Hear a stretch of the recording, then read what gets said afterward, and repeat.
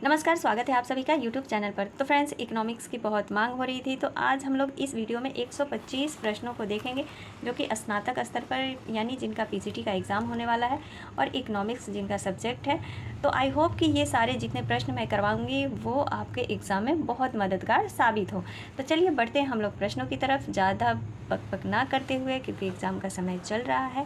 और हाँ फ्रेंड्स, अगर आप लोग चाहते हैं कि क्लास 10th के इकोनॉमिक्स की जो जितने भी चैप्टर हैं, 6-7 चैप्टर हैं, उनको मैं शॉर्ट में करवा दूँ जिस प्रकार से इस गाइड में दिया हुआ है। देखिए, जैसे ये चैप्टर 6 का दिया हुआ है, इस प्रकार से मतलब जो मेन पॉइंट होता है ना, पूरी बुक तो हम पढ़ नहीं सकते हैं, तो जिनको भी आवश्यकता हो ज़रूर कमेंट्स में करें कि क्लास 10th का मैं सारे चैप्टर करवा दूँ, तो एक वीडियो में ज़रूर करवा दूँगी। अभी हम लोग देखते हैं पीजीटी जिनका एग्ज़ाम पेपर 2 है। तो इकोनॉमिक्स का ये हमारा पहला प्रश्न है और हमारा पहला प्रश्न है कि इनमें से क्या सत्य है। तो देखिए, इनमें से क्या सत्य है, तो सत्य आंसर सी होगा कि NNP equal to GN minus घिसावर। एनएनपी का फुल फॉर्म क्या होता है, तो एनएनपी का फुल फॉर्म होता है net national product equal to gross national product, यहाँ पर पी हो जाएगा माइनस घिसावर, तो आंसर हो गया सी। प्रवाह के अंतर्गत निम्न में कौन शामिल है, तो प्रवाह के अंतर्गत जो निम्न में शामिल है, उपभोग भी है, निवेश भी है, आय भी है, इनमें से सभी होगा। कीमत उस बिंदु पर निर्धारित होती है जहाँ क्या होता है, तो कीमत किस पर निर्धारित हो, जहाँ वस्तु की मांग और वस्तु की पूर्ति बराबर हो। आंसर क्या हो गया, सी हो गया। पूर्ण प्रतियोगिता बाजार की निम्न में से कौन सी विशेषताएं हैं। पूर्ण प्रतियोगिता बाजार की पूछ रहा है कि इनमें से कौन सी विशेषताएं हैं, तो विशेषताएं क्या है, क्रेताओं और विक्रेताओं की अधिक संख्या, वस्तु की समरूप इकाइयाँ, बाजार दशाओं का पूर्ण ज्ञान, इनमें से सभी, तो आंसर हो जाएगा इनमें से सभी। प्रत्येक बाजार दशा में एक फॉर्म के संतुलन के लिए कौन सी शर्त पूरी होनी चाहिए, तो कौन सी शर्त पूरी होनी चाहिए, तो वो होनी चाहिए M R equal to M C. क्या होनी चाहिए, M R equal to M C. Answer ही देखते चलिए। किस बाजार में A R equal to M R होता है, तो वो होता है पूर्ण प्रतियोगिता बाजार में। इसका आंसर क्या हो गया, डी हो गया। सातवां प्रश्न है, उत्पादन में वृद्धि के साथ साथ कुल लागत एवं कुल स्थिर लागत का अंतर क्या होता है, मतलब इनके साथ साथ जो लागत का अंतर है वो क्या होता है, स्थिर रहता है, घटता जाता है, बढ़ता जाता है, या घटता बढ़ता रहता है। तो इसका आंसर हो जाएगा बी की बढ़ता जाता है। यदि किसी वस्तु की कीमत में 40% की वृद्धि हो परंतु पूर्ति केवल 15% की वृद्धि हो, ऐसी वस्तु की पूर्ति होगी। मतलब यदि किसी वस्तु की कीमत में क्या हो रहा है, 40% बढ़ रहा है, परंतु पूर्ति जो है वो केवल 15% की वृद्धि हो रही है। कीमत में तो बढ़ रहा है लेकिन पूर्ति जो है 15% ही हो रहा है, तो ऐसी वस्तु की पूर्ति क्या होगी, तो ऐसी वस्तु की जो पूर्ति होगी वो होगी बेलोचदार। पूर्ति के नियम को निम्न में से कौन सा फलन प्रदर्शित करता है। तो देखिए फ्रेंड्स, मेरा इकोनॉमिक्स इतना सब्जेक्ट सही नहीं है, आप लोग का इकोनॉमिक्स सही होगा तो आप लोग समझ जाइएगा। इसका आंसर ये हो जाएगा S is equal to F, bracket में पी दिया हुआ है, ठीक है। तो पूर्ति के नियम को निम्न कौन फलन प्रदर्शित करता है, तो ये वाला करता है। उत्पत्ति द्वारा नियम लागू होने का मुख्य कारण कौन सा है, तो वो है साधनों की सीमितता। क्या है, साधनों की सीमितता है। मांग की लोच को प्रभावित करने वाले घटक कौन से हैं, तो मांग की लोच को प्रभावित करने वाले घटक हैं वस्तु की प्रकृति, कीमत स्तर, आय स्तर, इनमें से सभी, तो आंसर हो जाएगा ये सभी है। ऐसी वस्तुएं जिनका उपयोग एक दूसरे के बदले प्रयोग किया जाता है क्या कहलाता है, एक दूसरे के बदले अगर प्रयोग किया जाए तो वो कहलाता है स्थानापन्न। क्या कहलाता है, स्थानापन्न कहलाता है। उपयोगिता का गणना वाचक सिद्धांत निम्न में से किसने प्रस्तुत किया था, तो वो किए थे मार्शल ने। निम्न में से किस अर्थव्यवस्था में निजी क्षेत्र एवं सार्वजनिक क्षेत्र दोनों का यह अस्तित्व होता है, तो किस में होता है, तो वो होता है मिश्रित अर्थव्यवस्था। यहाँ विकसित नहीं होगा, मिश्रित होगा। नेक्स्ट प्रश्न, समष्टि अर्थशास्त्र के अंतर्गत निम्न में से किसका अध्ययन किया जाता है, तो समष्टि अर्थशास्त्र के अंतर्गत किसका अध्ययन किया जाता है, राष्ट्रीय आय का, पूर्ण रोजगार का, कुल उत्पादन का, इन सभी का क्या किया जाता है, अध्ययन किया जाता है। अप्रत्यक्ष कर के अंतर्गत किसे शामिल किया गया है, तो अप्रत्यक्ष कर के अंतर्गत उत्पादन शुल्क एवं बिक्री शुल्क दोनों को किया गया है। साथ देखिए, यहाँ पर साख होगा। साख मुद्रा का विस्तार होता है जब CRR क्या होता है, तो वो घटता है। CRR का फुल फॉर्म क्या हो गया, तो कैश रिजर्व रेशियो। क्या होता है, कैश रिजर्व रेशियो होता है। तो साख मुद्रा का विस्तार होता है जब कैश रिजर्व रेशियो है वो घटता है। भारत का केंद्रीय बैंक निम्न में से कौन सा है, तो वो है रिजर्व बैंक ऑफ इंडिया। किसने कहा मुद्रा वह मुद्रा है जो मुद्रा का कार्य करे, तो वो किसने कहा है, वो कहा है हॉटले विदर्स ने। इसका आंसर क्या हो गया, ए हो गया।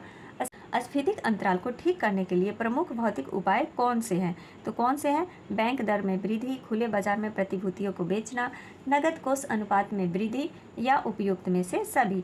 तो ये सभी हैं जो अस्फीतिक अंतराल को ठीक करने के लिए इनके उपाय हैं, भौतिक उपाय। यदि अर्थव्यवस्था में आय का संतुलन स्तर पूर्ण रोजगार के स्तर से पहले निर्धारित हो जाता है तब उसे क्या कहा जाता है? तब उसे हम क्या कहेंगे? न्यून मांग की दशा कहेंगे, मांग की अधिकता कहेंगे, आंशिक मांग की दशा, या फिर इनमें से कोई नहीं। तो इसका आंसर जो हो जाएगा न्यून मांग की दशा यानी ए। एमपीसी का मान होता है, तो एमपीसी का मान क्या होता है? 0 से अधिक किंतु 1 से कम, यानी 0 और 1 के बीच में होता है। आय एवं उत्पादन के संतुलन स्तर पर सामूहिक मांग में वृद्धि होने पर निम्न में से किस में वृद्धि होती है? सामूहिक रूप से बोल रहा है, तो किस में वृद्धि होगी? रोजगार में, उत्पादन, आय, यानी इन सभी में वृद्धि होगी। केंद्र को रोजगार सिद्धांत निम्न में से किस पर निर्भर है? केंद्र का रोजगार सिद्धांत निम्न में से किस पर निर्भर है? तो वो है प्रभावपूर्ण मांग पर। आंसर हो गया ए। तृतीय क्षेत्र के अंतर्गत निम्न में कौन सी सेवाएं सम्मिलित है? तो वो है पशुपालन। The general theory of employment, interest and money किसकी पुस्तक है? तो वो है J.M. केन्स की। अच्छा, अभी हम लोग पढ़े थे ना, वहाँ केन्स ही होगा। समष्टि अर्थशास्त्र में सम्मिलित है। समष्टि अर्थशास्त्र में कौन सम्मिलित है? तो रोजगार का सिद्धांत, मुद्रास्फीति का सिद्धांत, राष्ट्रीय आय का सिद्धांत, इनमें से सभी। तो ये सभी जो है शामिल हैं। निम्न में से किस अर्थव्यवस्था में कीमत यंत्र और नियोजन तंत्र मिलकर केंद्रीय समस्याओं का समाधान किया जाता है? तो मिश्रित अर्थव्यवस्था में किया जाता है। फ्रेंड्स, पूरी वीडियो आप लोग जरूर देखिए। 125 क्वेश्चन है, फास्ट मोड कर करके एक बार जरूर देख लें, क्या पता कौन सा क्वेश्चन आपके एग्जाम में टकरा जाए। अगला प्रश्न है, आर्थिक समस्या मूलतः किस तथ्य की समस्या है? तो वो है चुनाव की। 30 प्रश्न है, मांग की लोच को मापने का सूत्र निम्न में से कौन सा है? तो देखिए फ्रेंड्स, वो होता है मांग की मात्रा में अनुपातिक परिवर्तन बटा कीमतों में से अनुपातिक परिवर्तन। इसका क्या होता है? मांग की लोच को मापने का सूत्र तो यही होता है। इसका आंसर क्या हो गया? सी हो गया। निम्नलिखित उदाहरण में कीमत लोच क्या है? तो देखिए ये इसका आंसर दिया हुआ है -2.5, यानी इसका आंसर हो गया ए।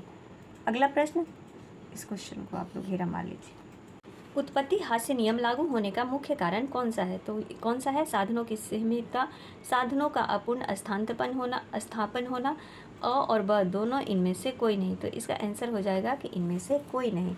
इसका आंसर क्या हो गया? डी हो गया।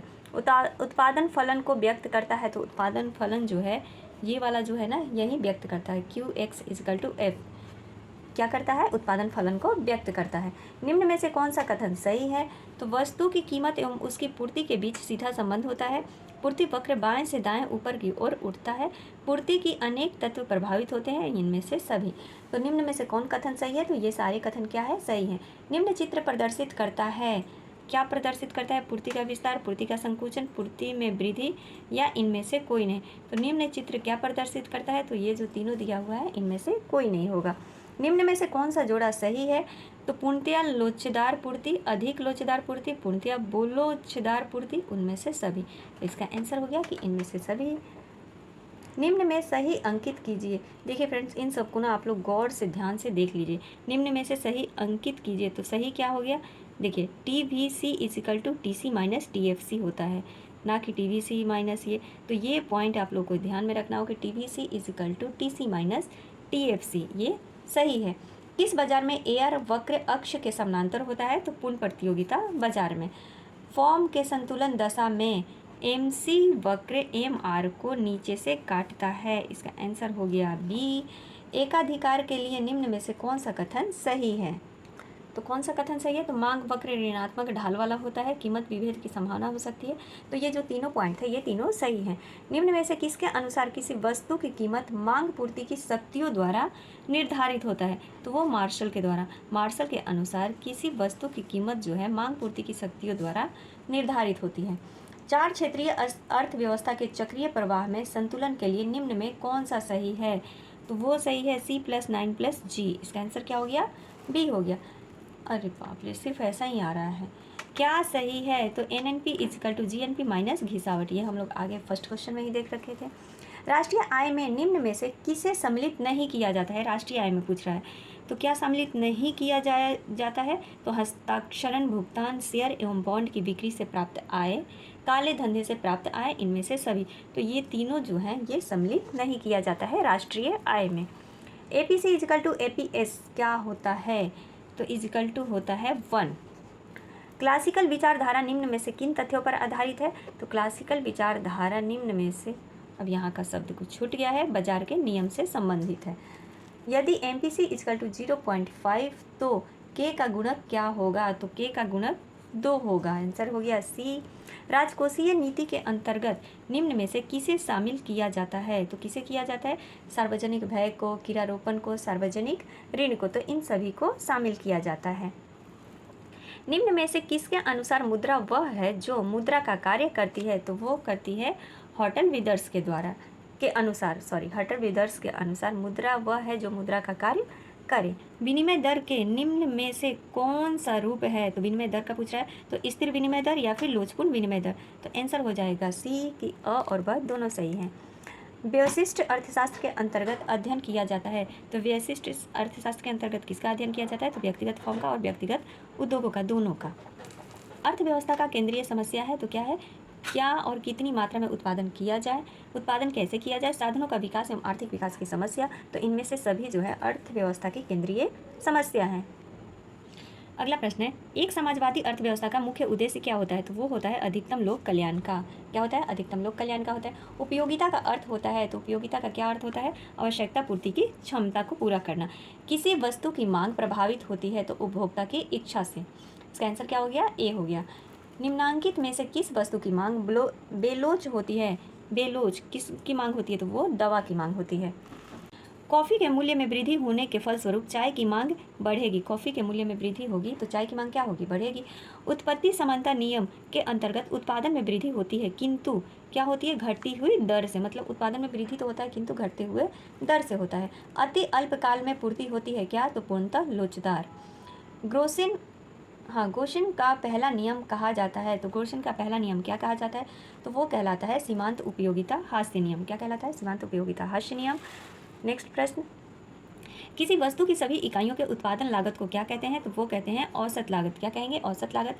सीमांत लागत का तात्पर्य क्या है? तो एक अतिरिक्त इकाई की लागत से जो होता है उसे सीमांत लागत कहते हैं। इनमें से कौन यू आकार का नहीं है? तो ABC वक्र जो है वो यू आकार का नहीं है। एकाधिकार की स्थिति में प्रतियोगिता क्या होती है? तो वो पूर्ण होती है। पूर्ण प्रतियोगिता में किसी वस्तु का मूल्य निर्धारित होता है। किस पर निर्धारित होता है? तो मांग एवं पूर्ति की अंतःक्रियाओं द्वारा निर्धारित होता है। मांग एवं पूर्ति के सामान्य सिद्धांत के प्रतिपादक माने जाते हैं कौन? तो वो माने जाते हैं मार्शल। बाजार मूल्य का संबंध होता है किससे? तो अति अल्पकाल से होता है। इसका आंसर क्या हो गया? बी हो गया। कुल राष्ट्रीय आय के अंतर्गत सम्मिलित किया जाता है। क्या किया जाता है? मजदूरी, वेतन, अन्य भुगतान, लगान, ब्याज तथा लाभ, शुद्ध विदेशी आय, इनमें से सभी। तो ये सभी जो है कुल राष्ट्रीय आय के अंतर्गत सम्मिलित किए जाते हैं। समिष्ट यानी मैक्रो अर्थशास्त्र का संबंध है किससे है? तो कुल राष्ट्रीय आय एवं उत्पादन से, कुल उत्पादन एवं उपभोग से, कुल बचत एवं विनियोग से, इनमें से सभी। तो इनमें से सभी से ये क्या है? संबंधित है। शुद्ध घरेलू उत्पादन NDP कुल घरेलू उत्पादन GDP से क्या होता है? कम होता है। आंसर हो गया ए। मुद्रा वह मुद्रा है जो मुद्रा का कार्य करती है। ये किसने कहा है? ये तो 3 बार क्वेश्चन आ गया, हॉटल विदर्स ने कहा था। मुद्रास्फीति का प्रमुख कारण है तो मौद्रिक आय में वृद्धि। मुद्रास्फीति का प्रमुख कारण क्या है? मौद्रिक आय में वृद्धि। रिजर्व बैंक ऑफ इंडिया की स्थापना कब हुई थी? तो वो हुई थी 1935 ईस्वी में। माइक्रोज जिसका अर्थ होता है निम्न में से कौन सा शब्द है? तो माइक्रोज जिसका अर्थ होता है निम्न में से कौन सा शब्द है? वो है ग्रीक का। उपभोक्ता व्यवहार का अध्ययन किया जाता है तो सूक्ष्म अर्थशास्त्र में किया जाता है। नेक्स्ट प्रश्न, उत्पत्ति हास्य नियम लागू होने का मुख्य कारण कौन सा है? तो उत्पत्ति हास्य नियम लागू होने का मुख्य कारण क्या है? साधनों की सीमित, बी है साधनों का अपूर्ण स्थापन होना, इनमें से कोई नहीं, या ए और बी। तो इसका आंसर हो जाएगा ए और बी कि उत्पत्ति हास्य नियम लागू होने का मुख्य कारण है साधनों की सीमितता तथा साधनों का अपूर्ण स्थापन होना। इसका आंसर हो गया सी। पूर्ति के नियम को निम्न में से कौन सा फलन प्रदर्शित करता है? तो पूर्ति के नियम को कौन सा फलन प्रदर्शित करता है? तो S = F, ये हम लोग देखे थे। इसका आंसर हो गया ए। MR प्रदर्शित किया जाता है किससे? तो इसका आंसर हो जाएगा ऑप्शन बी TRY एंगल कहेंगे, कोण कहेंगे। कौन सा? इसको हाँ, इसको ट्रायंगल। कोण बाय टी आर। चलो, एम आर प्रदर्शित किया जाता है तो किससे, तो ये किया जाता है कोण टी आर बाई कोण क्यू से, यानी आंसर हो गया बी, कोण नहीं ट्राइंगल होगा। अरे तो कोण ट्राइंगल एक ही होता है। कीमत उस बिंदु पर निर्धारित होती है जहाँ क्या होता है, जहाँ वस्तु की मांग एवं पूर्ति बराबर हो। क्या सत्य है, अरे ये तो कितना बार आ गया, इनमें से क्या सत्य है, तो GNP equal to GDP plus घिसावट, एनएनपी इजिकल टू जीएनपी। देखिए उस वहाँ पर क्या था, NNP equal to GNP minus घिसावट था, लेकिन यहाँ पर देखिए एनएनपी क्या है, ये सारे गलत हो गए, तो यहाँ पर सही होगा GNP equal to GDP plus घिसावट। आंसर हो गया ए। साधन लागत पर शुद्ध राष्ट्रीयकरण उत्पादन को कहा जाता है, तो वो कहा जाता है घरेलू आय। राष्ट्रीय आय के आकलन में किसी वस्तु या सेवा का मूल्य एक से अधिक बार शामिल करना क्या कहलाता है, तो वो कहलाता है दोहरी गणना। मूर्ति स्वयं मांग का सृजन करती है, निम्न में से किसने प्रतिपादित किया है कि मूर्ति जो है स्वयं मांग का पूर्ति जो है स्वयं मांग का सृजन करती है, किसने प्रतिपादित किया है, तो जेवीसी ने। यदि MPC इजकल टू 0.5 तो गुणक क्या होगा, तो गुणक 2 होगा। रिपीट क्वेश्चन कर दे रहा है गाइड में भी। भारत का केंद्रीय बैंक निम्न में से कौन सा है, तो reserve bank of India. Bharat का वित्तीय वर्ष होता है तो 1 अप्रैल से 31 मार्च तक, इसका आंसर क्या हो गया, ए हो गया। बजट के संगठन निम्न में से कौन सा है, तो बजट प्राप्तियां और बजट व्यय यानी खर्च और प्राप्ति दोनों है, ए और बी इसका आंसर हो गया।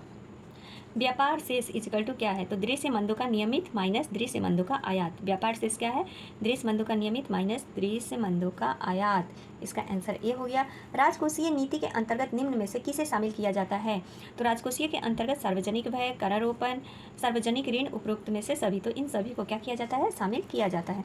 किस प्रकार की वस्तुओं के मूल्य में कमी होने से मांग में वृद्धि नहीं होती है, तो आरामदायक वस्तुओं में क्या होता है, मूल्य में कमी होने से मांग में वृद्धि क्या होती है, नहीं होती है, इसका आंसर हो गया बी। गिफिन वस्तुओं के लिए कीमत मांग की लोच क्या है, तो वो है ऋणात्मक, आंसर क्या हो गया, ए हो गया। निम्न में से किसने कीमत निर्धारण प्रक्रिया में समय तत्व का विचार दिया जाता है, तो वो दिया जाता है मार्शल के द्वारा। निम्न में से किसने कीमत निर्धारण प्रक्रिया में समय तत्व का विचार दिया था, तो वो मार्शल ने। निम्नलिखित प्रत्यक्ष करों में से किस कर से सरकार को अधिक राजस्व की प्राप्ति होती है, तो वो होती है आयकर से। किससे, आयकर से। निम्नलिखित में से कौन सा प्रत्यक्ष कर है, तो वो है आयकर। भारत का वित्तीय वर्ष होता है तो 1 अप्रैल से 31 मार्च तक होता है। 30 अप्रैल 2003 से प्रभावी बैंक दर क्या थी, तो वो है 6%, इसका आंसर हो गया बी। सार्वजनिक क्षेत्र के वाणिज्यिक बैंकों की सर्वाधिक शाखाएं किस राज्य में हैं, तो सबसे अधिक जो शाखाएं हैं उत्तर प्रदेश में है। एक बार इसको आप लोग जरूर देख लीजिएगा। भारत का राष्ट्रीय आय निम्नलिखित में से किस क्षेत्र का सबसे कम योगदान है, तो वो है प्राथमिक क्षेत्र का सबसे कम योगदान है। राष्ट्रीय आय का मापन किस विधि से किया जाता है, तो राष्ट्रीय आय का मापन जो है उत्पादन विधि, आय विधि, व्यय विधि, इनमें से कोई नहीं, तो इनमें से किसी से नहीं किया जाता है। अगला प्रश्न है हमारा, स्टॉक के अंतर्गत निम्न में कौन शामिल है, तो स्टॉक के अंतर्गत निम्न में से गोदाम में रखा हुआ गेहूं क्या है, शामिल है। भारत में मान्यता प्राप्त शेयर बाजारों की संख्या कितनी है, तो भारत में मान्यता प्राप्त शेयर बाजारों की संख्या 22 है। अभी आप लोग चेक कर लीजिएगा एक बार। रिजर्व बैंक ऑफ इंडिया का राष्ट्रीयकरण कब हुआ था, तो रिजर्व बैंक ऑफ इंडिया का राष्ट्रीयकरण हुआ था 1949 में। अच्छा, इसका एक बार देख लेंगे। वर्तमान में देश में कितने राज्य वित्त निगत कार्यरत हैं, तो वो है 18। अर्थशास्त्र के जनक कौन है, तो जॉन रॉबिन्स माने जाते हैं। अर्थशास्त्र के जनक कौन माने जाते हैं, जॉन रॉबिन्स। मुद्रा का कार्य है, तो मुद्रा का कार्य क्या है, विनिमय का माध्यम, मूल्य का मापक, मूल्य का संचय, ये सभी है क्या है, मुद्रा का कार्य है। भारत की राष्ट्रीय आय में सर्वाधिक योगदान किस क्षेत्र का है, तो भारत की राष्ट्रीय आय में सर्वाधिक योगदान कृषि क्षेत्र का है। विश्वव्यापी मंदी निम्न में से किस वर्ष हुई थी, तो वो हुई थी 1929-30 में। उत्पादन फलन का संबंध निम्न में से किससे है, तो उत्पत्ति के साधनों से है। निम्न में से कौन सा पूंजीगत व्यय है, तो शेयरों की खरीद क्या है, पूंजीगत खर्च ही तो है, आंसर हो गया बी। कीमत लोच मापने की रीति क्या है, तो कुल व्यय रीति, बिंदु रीति, चाप रीति, ये सभी रीति जो है कीमत लोच मापने की रीतियाँ हैं। उत्पादक शुल्क है, तो उत्पादक शुल्क क्या है, अप्रत्यक्ष कर है। किन्स का गुणक सिद्धांत में किसके बीच संबंध स्थापित करता है, जो किन्स का गुणक सिद्धांत है वो किसके किसके बीच क्या करता है, संबंध स्थापित करता है, तो आय तथा उपभोग के बीच क्या करता है, संबंध स्थापित करता है। गुणक बराबर है, तो गुणक किसके बराबर है, तो गुणक K is equal to triangle S by triangle I के बराबर है। राजकोषीय नीति के अंतर्गत निम्न में किसे शामिल किया जाता है? तो सार्वजनिक व्यय, कर, सार्वजनिक ऋण, इनमें से कोई नहीं। तो इनमें से किसी को शामिल नहीं किया जाता है राजकोषीय नीति के अंतर्गत। भारत का केंद्रीय बैंक है, तो भारत का केंद्रीय बैंक भारतीय रिजर्व बैंक ऑफ इंडिया है। राष्ट्रीय आय निम्न में से किसे सम्मिलित नहीं किया जाता है? राष्ट्रीय आय में किसे सम्मिलित नहीं किया जाता? वृद्धा पेंशन, शेयर बिक्री से प्राप्त आय को, स्मगलिंग से प्राप्त आय को, तो इनमें से कोई नहीं, मतलब इनमें से किसी को शामिल नहीं किया जाता है। मुद्रा का कार्य है, तो मुद्रा का कार्य है विनिमय का माध्यम। समष्टि अर्थशास्त्र का संबंध है, तो समष्टि अर्थशास्त्र का संबंध राष्ट्रीय स्तर पर उत्पादन से है। आंसर हो गया सी। देखिए डबल सी करके दिया। समष्टि स्तर पर निर्णय कौन लेता है? तो वो लेता है आर्थिक एजेंट। आर्थिक एजेंट लेता है। इसका आंसर क्या हो गया? ये हो गया। इनमें कोई नहीं दिया हुआ है, तो इसका आंसर आर्थिक एजेंट होगा। The general theory of employment, interest and money पुस्तक किसने लिखी है? तो वो लिखे हैं एडम स्मिथ ने। निम्नलिखित में कौन सही है? फिर से वही बात, ये तो बहुत बार रिपीट हो गया। राष्ट्रीय आय की गणना निम्न में से किससे बचाना चाहिए?